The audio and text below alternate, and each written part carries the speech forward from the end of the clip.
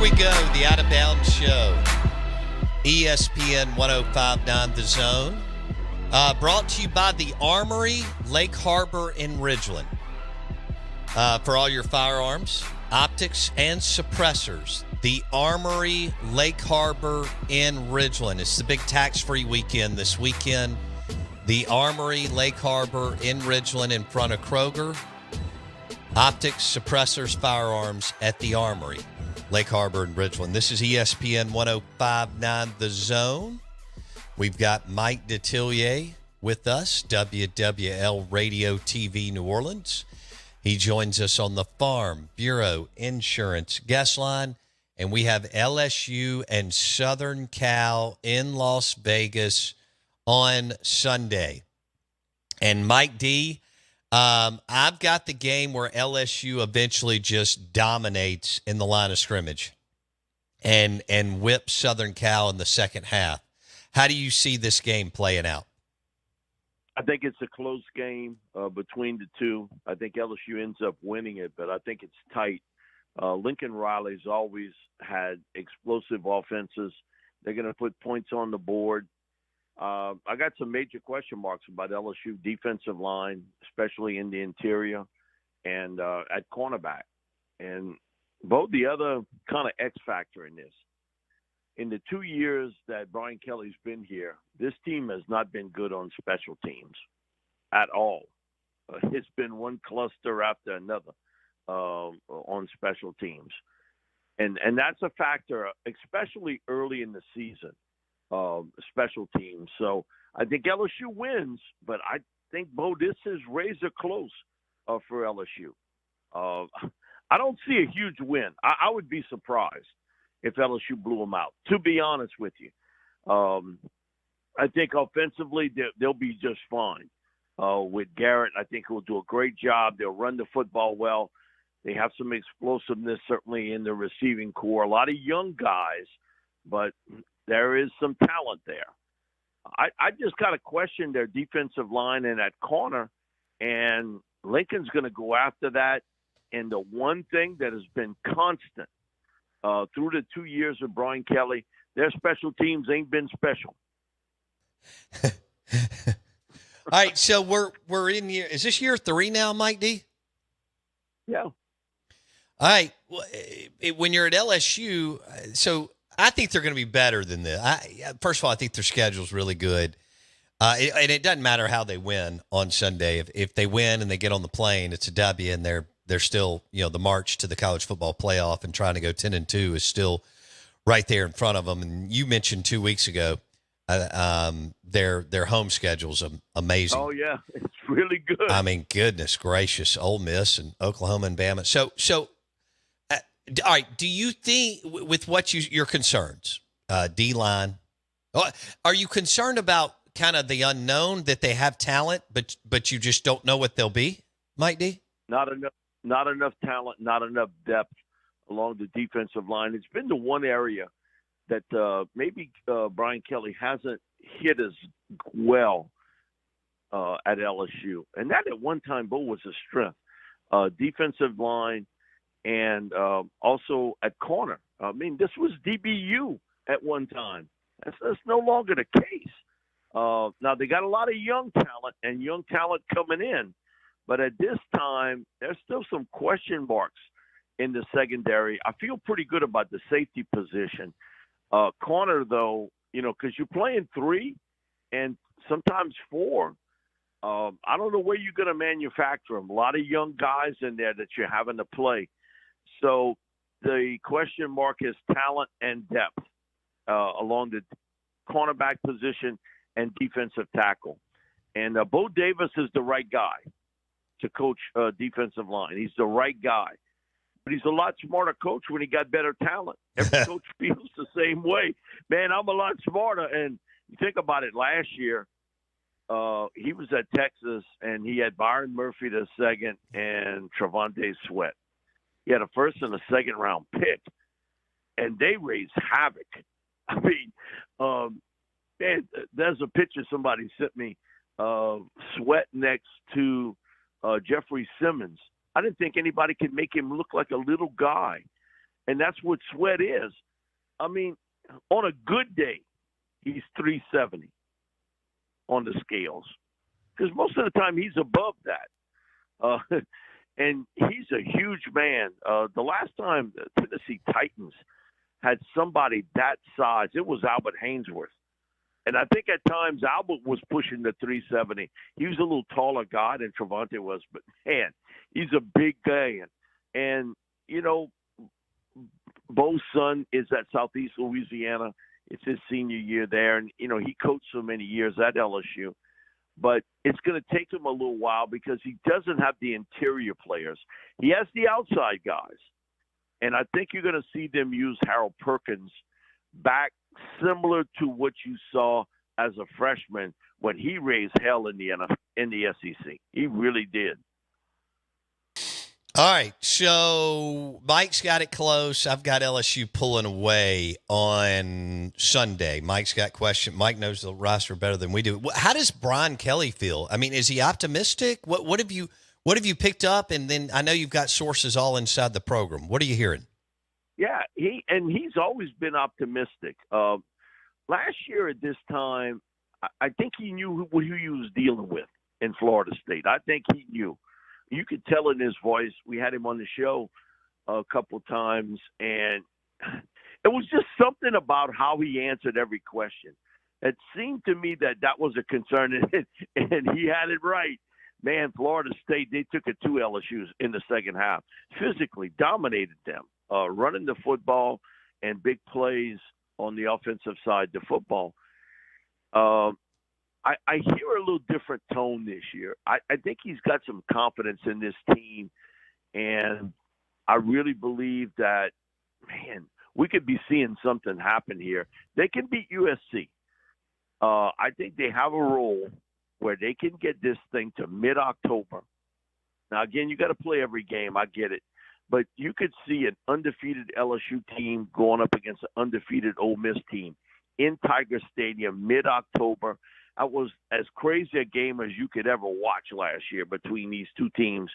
They were trying to – well, if you bet the over, you had that about midway into the third quarter. You didn't have to even worry about it.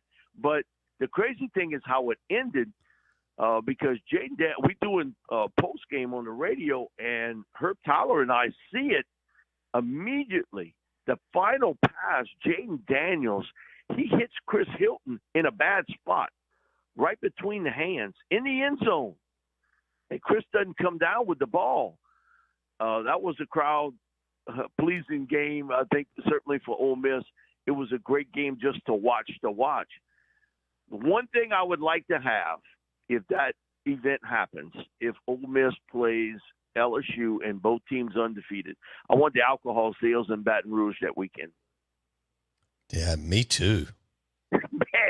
Man, you wouldn't have to work for another 5-10 years with that kind of money, because, man, they're going to be cranked up, and you know that's going to be a night game in Tiger Stadium. And, you know, Archie Manning and I were talking about this. He said, Mike, you know, normally, and just because things now are different, that would have been a late October game, you know, the Halloween night run with Cannon and everything else. About now moving it to mid-October, but, man, you talk about some crazy stuff happening. And, man, when the lights go down in Tiger Stadium, hey, you never really know. Here's the thing about openers, too, for LSU. You know, LSU has not won a season opener since the national championship season in 2019. Wow. Of course, that was an SEC game. We played all SEC 2020 because of COVID. And 22 and 23 were Florida State. Who was 21, Mike D? I can't remember who LSU played. Well, in 20, it was Mississippi State. Oh, that's right. Leach went down there and threw for 900 yards on Bo Pelini, who never adjusted. They're still completing passes that day. Bo Pelini, he was like he was lost. He didn't understand what was happening. And they drilled LSU in the season opener. So it's been some difficult season openers, and they went through a stretch. Ross Dallinger and I were talking about this. They went through a stretch. It was like 12 or 13 season openers they had won. And then all of a sudden, somebody closed the valve. and 2019 is the last time that they had a season opener. So you kind of roll with the punches a little bit. But this one's important because you look how that schedule was laid out, and I think you're absolutely right. The way LSU schedule's rolled out, they could roll this all the way to mid-October. And, again, Ole Miss has got, I think, Kentucky, but they play them at home. And that's always going to be a tough game when you play Kentucky. You understand who you're going up against there, and they're a tough physical team. But both teams could roll this to mid-October, undefeated. No question. Again, that's what college football is all about, seeing two teams like this and the contrast in systems between Lane Kiffin and Brian Kelly. All right, so LSU Southern Cal in Las Vegas Sunday.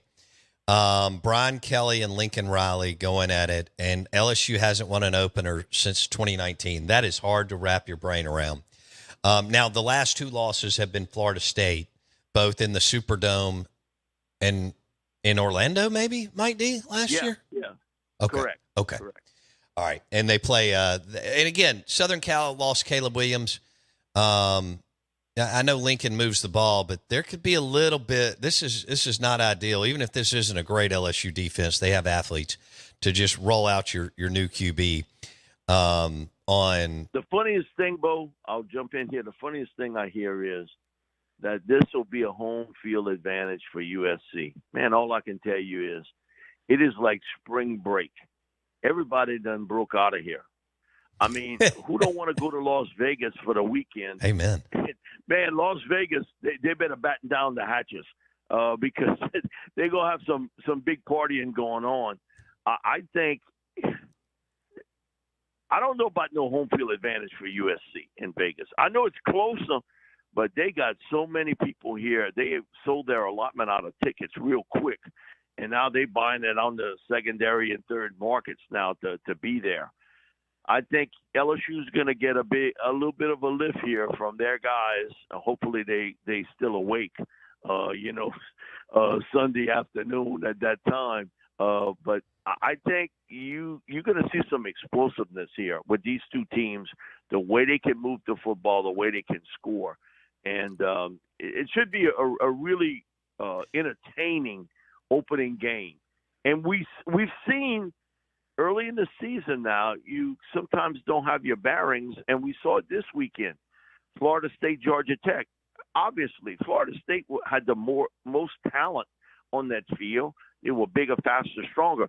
Brent Key came up with an unbelievable game plan, and he limited a lot of the big plays by Florida State.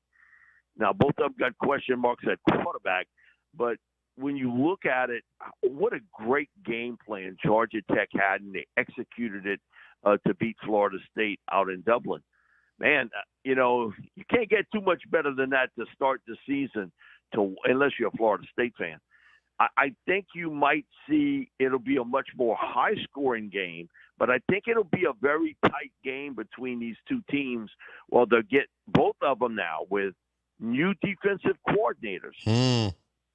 How that sort of works out, because if I'm playing LSU or if I'm playing USC, I'm doing a bunch of crossing patterns.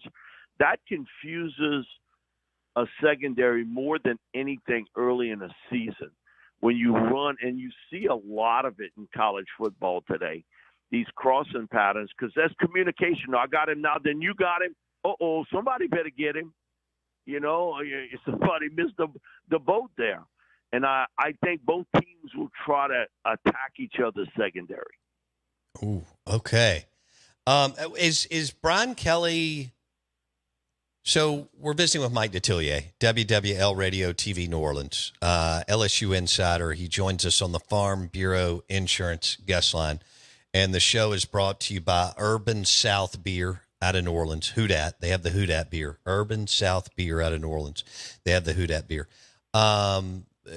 Is Brian the way you describe, and maybe Bo Davis is going to rectify this pretty quick, but with LSU not having the dudes in the interior defensive line and in the back end, as you mentioned, DBU, would you say that they're behind schedule under Brian Kelly, Mike D? I think if this season turns out to be double digits and you get into the playoffs, it'll be okay. If you don't, though, I think it'll be looked at as a disappointment. He has always pointed toward year 3.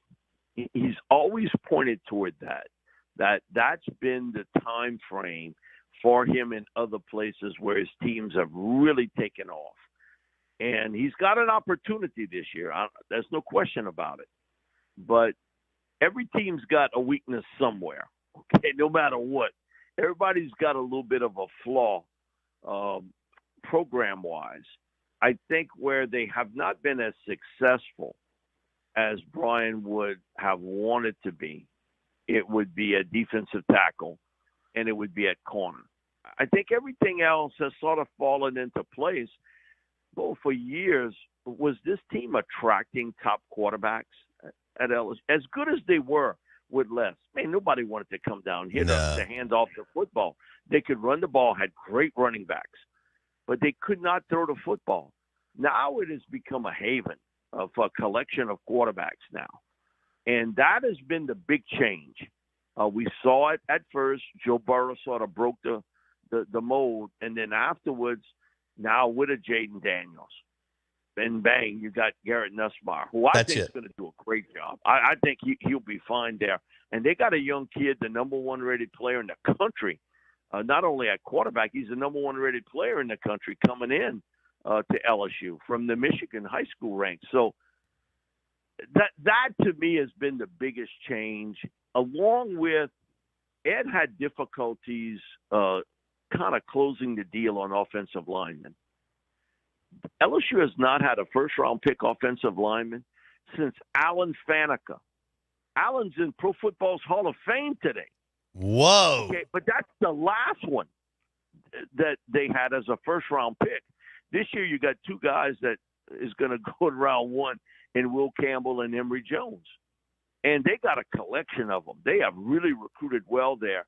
The difference is certainly been at quarterback and how well they've recruited along the offensive line. Where they haven't done as well has been defensive line in the interior and at corner. Okay. With that schedule, can they go 10-2? Yeah, I think they can. I think it's possible. But they got to win the season opener. I think that's going to be the hard part, is because this team has not been Usain Bolt getting out of the block by any stretch of the imagination. But if you win there, then you got a shot for that double-digit winning regular season. And I know I told you this, but we were at Manning camp, and Archie Manning made the comment that there will be an SEC team he thinks that'll go 9-3, and because of strength of schedule and because how they finish the season, they will get into the playoffs. I thought that was interesting coming from Archie, that, he really felt strongly about it, that because the SEC is so good this year and so tight, that there will be a 9-3 team squeeze in. Mm-mm. Mm-mm. And he might be right, with that. I think that would be difficult, 9-3, but I could see the scenario. I think we're going to have too many 10-2s, Mike D. I mean, Ole Miss, Texas, LSU, Tennessee. Hell, Georgia may lose 2, but they're going to, because they got brutal road games at Texas, at Bama, at Ole Miss, but they're making it. And then you've got Notre Dame, Ohio State. You've got a G5. I don't think there's going to be room. So now I do agree with where you're going on so many teams. We could have a 11-1 and a bunch of 10-2 teams there, fighting for, and one of them may be left out, Mike D. One of the SEC 10-2 teams may be left out, Mike D. Yeah, and I get where Archie was going with that. I really do. Now, I think it would be a difficult scenario for it to happen. But that 10 wins, you may have a bunch of them kind of jammed with that, 2-loss record. Now, for Georgia, they haven't seen a 2 on the backside of there in quite some time. Man, I think until somebody beats them, they're the top dog. No doubt. SEC. But then it's kind of where it happens afterwards with a Texas, with an LSU, with an Alabama, with an Ole Miss. Kind of, Missouri is another team a lot of people aren't talking about, but you look at that schedule and what they return, that's a possibility there too, along with a Tennessee. Man, you got a lot of teams sort of jammed in that spot where not all those teams are going to the playoffs. No. Not every one of them can make it. And I think, we talked to Tim Brando, and Tim has always sort of talked about this where he always felt it should have been 16 right off the bat. And he says, eventually, guys, I think we both live long enough that we see the 2014 playoff. Wow. They'll have to start that in October. But it becomes a more expanded playoff system because I think people will say, even if you had it to 24, you'd still have people complaining. I know. We didn't get in. I mean, how did we not get in? I know. There's not even 12 teams, as you know, that can win it. If we go to 16 or 24, I continue to struggle, and that's what makes it so much fun. The game that we love, Mike D, and the game that we get to cover is I really thought about it over the summer, and I'm like, how many teams can legitimately run the gauntlet and win it this year? I mean, it's not but 1 to 3, I think. I think there are 3 or 4. Now, the one thing that stays in my mind, and it's been there because he told us we're doing pregame. I got about a minute, Mike D. LSU Oklahoma playing national championship game. And this is early in Nick's run at LSU.